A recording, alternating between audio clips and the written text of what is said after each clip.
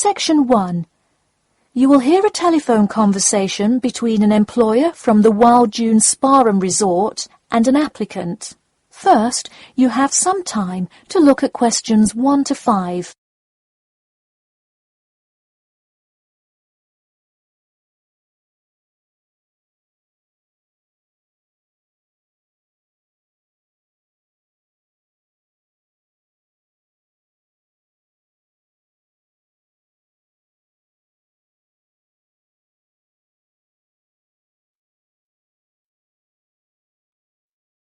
You will see that there is an example which has been done for you.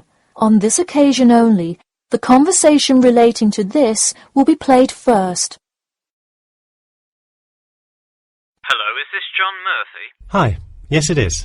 Hi John, this is Ed Heisenberg from the Wild Dune Spa and Resort, calling about your application for our lifeguard position. Do you have a few minutes to talk? Yes, absolutely. The employer says that he is calling about the application for their lifeguard position. So, lifeguard has been written in the space. Now we shall begin. You should answer the questions as you listen, because you will not hear the recording a second time. Listen carefully and answer questions 1 to 5. Hello, is this John Murphy? Hi, yes it is. Hi John, this is Ed Heisenberg from the Wild Dune Spa and Resort, calling about your application for our lifeguard position. Do you have a few minutes to talk?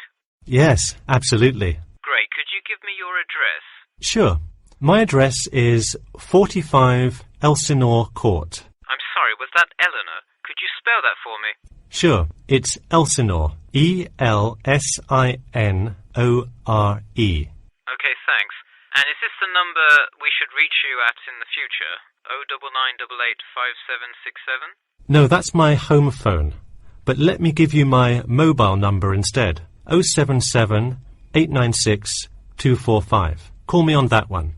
Okay, I'll make a note of that. Could you tell me your availability? Sure, I'm usually available during afternoons or weekends. I'd prefer not to be scheduled on weeknights because I work part-time as a waiter. That shouldn't be a problem, since we don't stay open very late anyway. And do you have any other employment experience? Yes, I've worked at a few other places. I was the baseball coach at Richmond High School last season. I see. And do you have any other experience that you would like us to note on your application? Yes. Last year I worked at the beach as a rescue diver. Rescue diver? That sounds intense. Well, it's really just like being a lifeguard, except in the ocean instead of pool. So kind of like being a lifeguard at the world's largest pool. I see. Before you hear the rest of the conversation, you have some time to look at questions 6 to 10.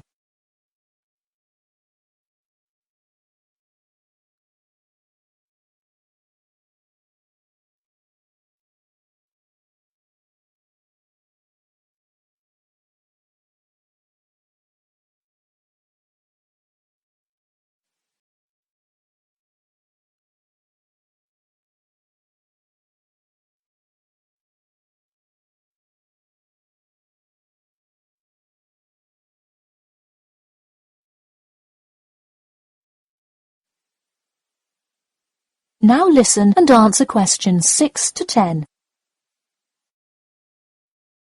So could you tell me about the relevant skills you have? I'm guessing a lot given your experience. I'm CPR certified and have 2 years of diving experience. Great, it sounds like you are well qualified for this position. When does your CPR certification expire? I think in November, but let me quickly check my CPR card.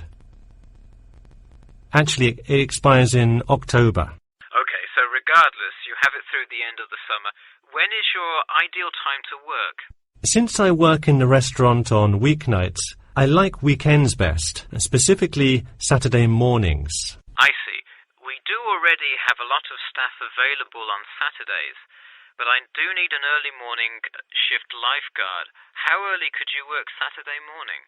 I can get there by 6 o'clock if need be. You'll be happy to know we open a little later than that. but I'll put you down for Saturday mornings here. Oh, awesome. I can't wait to get started. How about you come in next Saturday, the 12th? That sounds good. Great. We can figure out other shifts for you to work when you come in then. One last thing, just out of curiosity, where did you hear about us? I heard your ad on the radio while I was driving this morning. You know, I think you're the first person who has responded to our radio ads. It's almost always people who have seen us in the newspaper. Yeah, I don't have time to read through the newspaper every morning.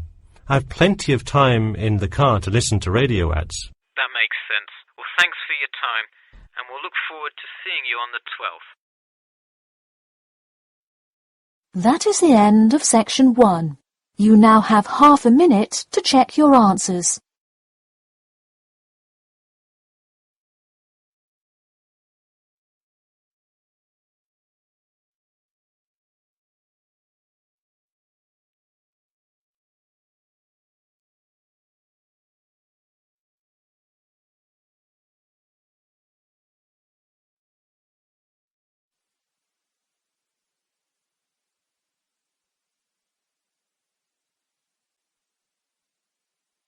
Now turn to section 2.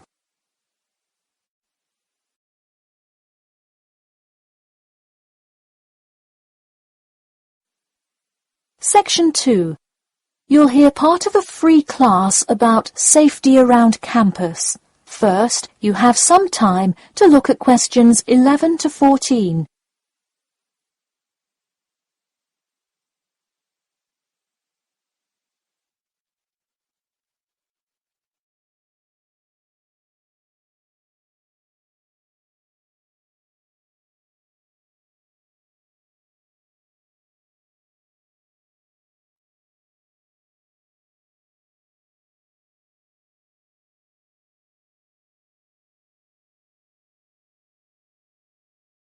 Now, listen carefully and answer questions 11 to 14. Good evening. I'm Geoffrey Miller from the University of Nottingham Student Union, and in this week's free class, Carlos Garcia is going to tell us about safety around campus. Over to you, Carlos. Thank you, Geoffrey, and thank you all for your attendance today. Also, I'd like to thank the Student Union here at the university for organising this lecture. Well, I've been serving and protecting the city of Nottingham for over 20 years now as a member of the police department. Does anyone know what type of crime is the most prevalent on campus? I heard someone say drugs and alcohol. That actually isn't too much of an issue. Violence? Nope. Actually, the biggest thing we worry about here is theft. The nature of crime on Nottingham's campus is quite different from that of the surrounding areas. Crime rates across the East Midlands are very difficult to control. We'd like to see the rate stay the same for this calendar year, but it has been increasing steadily over the past 3 years. On campus, however, I'm happy to say that the overall crime rate has fallen this year. You wouldn't think so if you've seen the extremely exaggerated stories in the media. The media has done nothing but cause more concern about crime in our area. Even the crime shows you see today are a little bit far-fetched, but at least viewers know they're not real events. We'd really like to see more factual news articles out there so the public can have a rational sense of the safety level of our society. Before you hear the rest of the talk, you have some time to look at questions 15 to 20.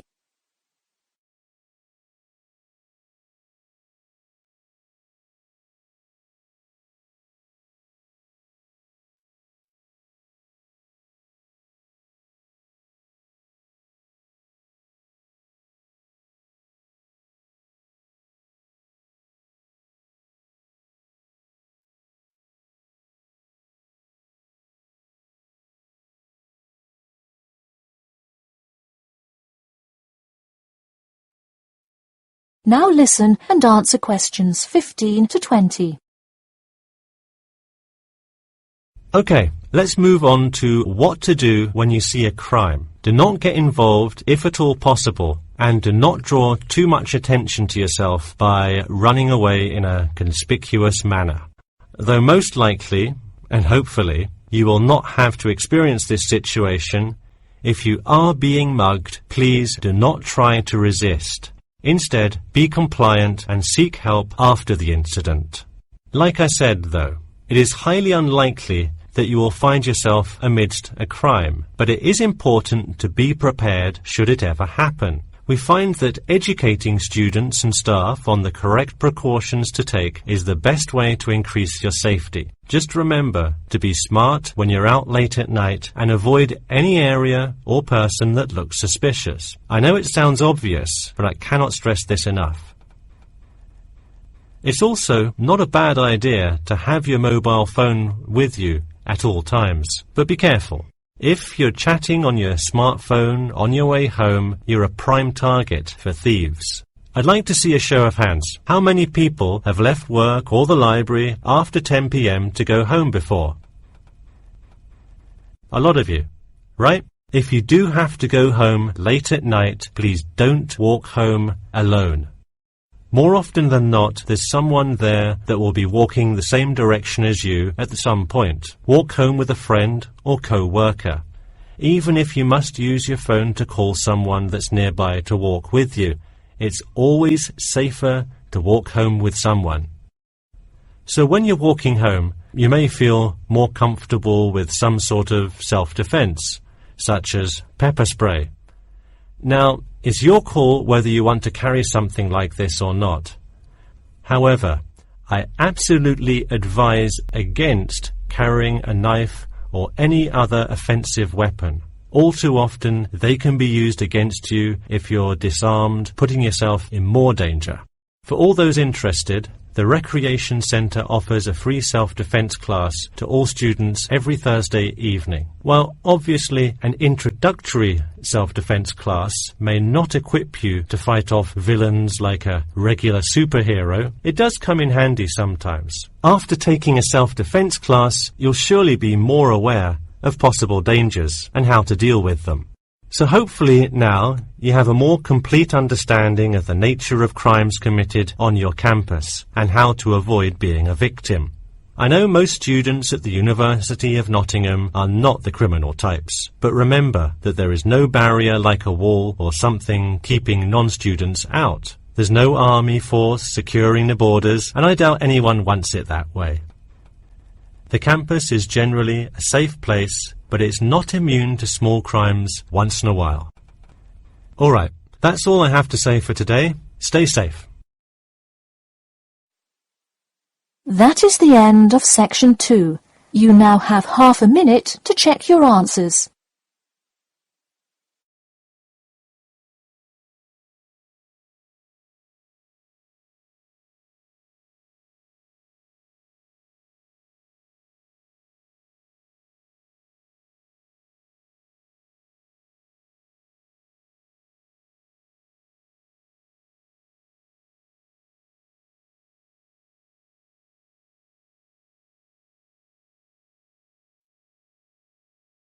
Now turn to section 3.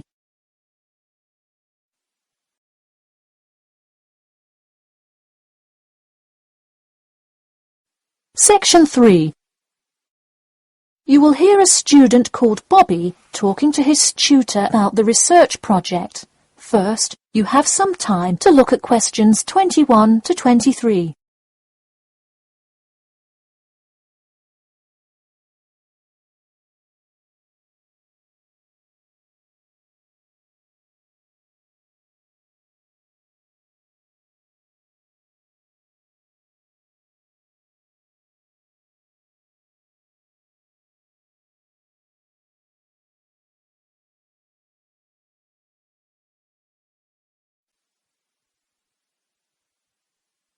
Now listen carefully and answer questions 21 to 23. Hi Bobby, go ahead and sit down. Tell me about your research project. Well, I decided to research football and keys for success on a football team. That sounds great. What are the guidelines for the test? Did the teacher talk to you about it in class? No, everything is on a handout that was passed out. It says that the first draft is due at the end of next week, and the second and third are due later on in the month. I don't understand why we have to keep revising and fixing it. Is this assignment really that important? Well, this project is a major requirement for passing 11th grade English and will go on your permanent record. Oh, really? Does that mean it will affect what English level I am placed in next year? Well, not exactly. You need a good grade to move on, but it is your overall grade and teacher recommendation that determines what level of English you are placed in next year. Anyway, tell me about your topic choice. Do you play football? Well, actually, it's because my father loves the sport. He watches it every weekend. Cool. It's a good idea to report on something you're interested in. Before you hear the rest of the talk, you have some time to look at questions 24 to 30.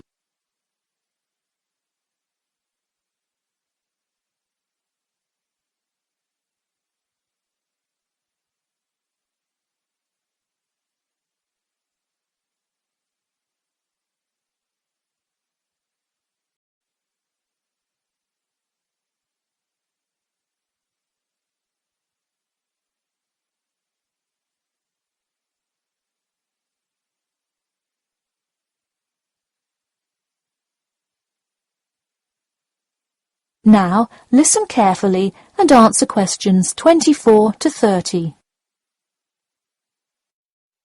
I see you worked hard calling players and the head coach to talk, so let's see what information you got. Well, you have to listen carefully to the first call on the recording. It's really hard to hear because the background noise is louder than the person's voice. Yes, it is a bit tough to discern. I'm afraid the player's answer is too short as well. You will have to interview him again and try to get him to give a better answer. Okay, I thought that might happen. I will call him again tomorrow. Moving on, let's look back at this question. You asked, tell me about a time when you learned a major life lesson through playing football and explain how that has shaped the person and player you have become now and how you hope to pass on that lesson. It is a great idea for a question, but in an oral interview it is far too complex. I would advise you to break it up into multiple parts to get a better response. I guess you're right. I wouldn't want to have to provide an answer to a question like that. I will simplify it. I found that when I asked players this question, it took too much time because they were struggling to answer the question completely. In fact, this is the question Joe Billings was answering when the tape ran out. He did tend to ramble on all the questions, didn't he? He sure did. I would recommend that when you go back and interview players again, that you use a more sophisticated recording device. This recording is spotty, which indicates that the equipment wasn't working consistently. Okay, I guess it probably wasn't the best idea to use the sound recorder on my phone. Hey, could you give me some feedback on the content of the report itself? Sure. Let's start by focusing on your topic. While I like that you chose to cover football, it seems inexplicit. The keys for success of a player and team is quite an interesting topic, but what is your thesis? That is to say, what conclusions can you draw from your research? I would suggest coming up with a strong thesis statement and then shaping your report based on that. Is it really too vague? I put a whole lot of facts into it. I list the top 10 goal scorers in football history and later on provide statistics for a few of the most famous coaches and their records as coaches. I think that's great that you included these facts, but I think you focus too much on the facts and not enough on connecting these facts to make your point. Ah, I see. Okay. So it looks like I have quite a bit of work to do before the deadline. That is the end of section 3. You now have half a minute to check your answers.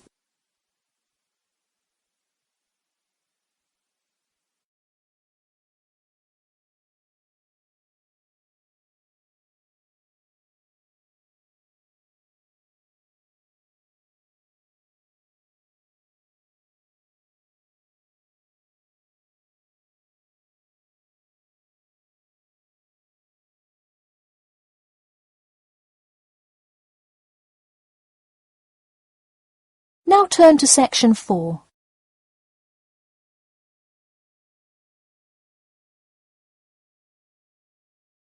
Section 4. You will hear part of a lecture about how to give a quality speech. First, you have some time to look at questions 31 to 40.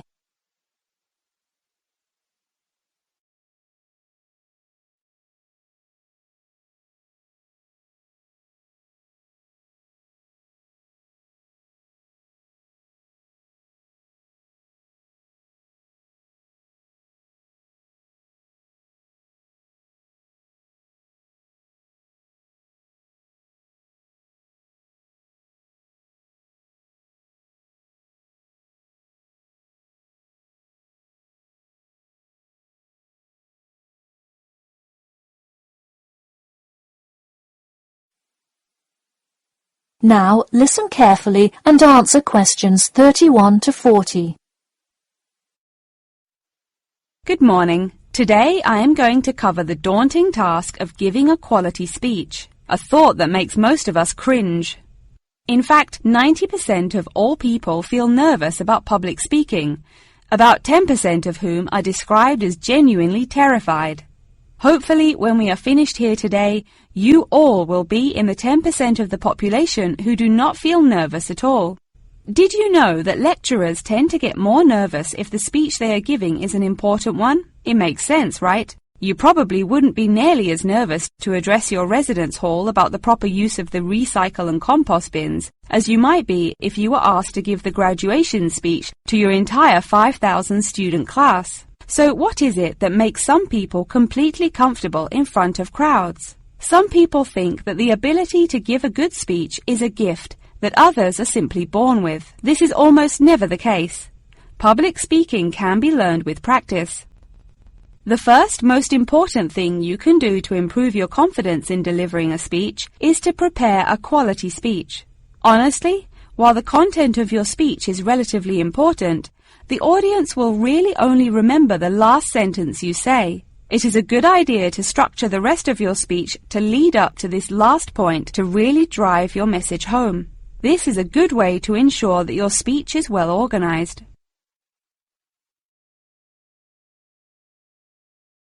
Once you are confident in the quality of the speech you have written, the rest is just about your stage presence.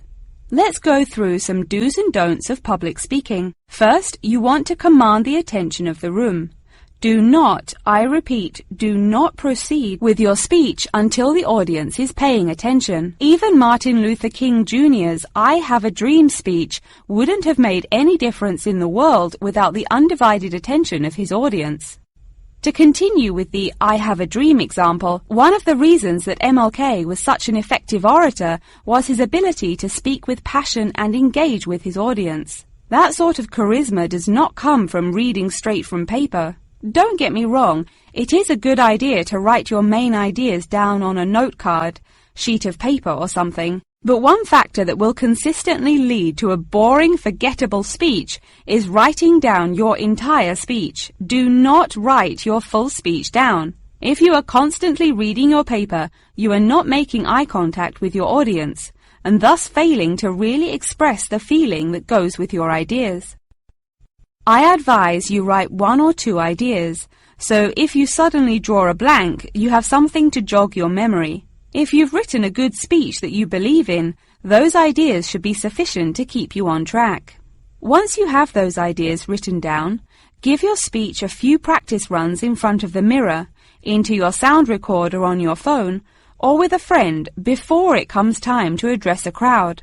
That way, you can hear how the ideas come across, make sure there are no abrupt transitions, and find out whether you are talking too fast or too slow. Timing is important. Make sure you time yourself beforehand to see how long your speech is. That is pretty much it. With practice, you'll be able to deliver an expert speech that engages and even maybe inspires your audience. Just remember, speak with emotion. No one wants to listen to someone reading from a script. As I come to a close in my speech, I'll point out that I have employed all of these tips that I have covered. I practiced my speech ahead of time and timed it, and I can even show you my one small index card with just 3 simple bullets on it. It's as easy as that. That is the end of section 4. You now have half a minute to check your answers.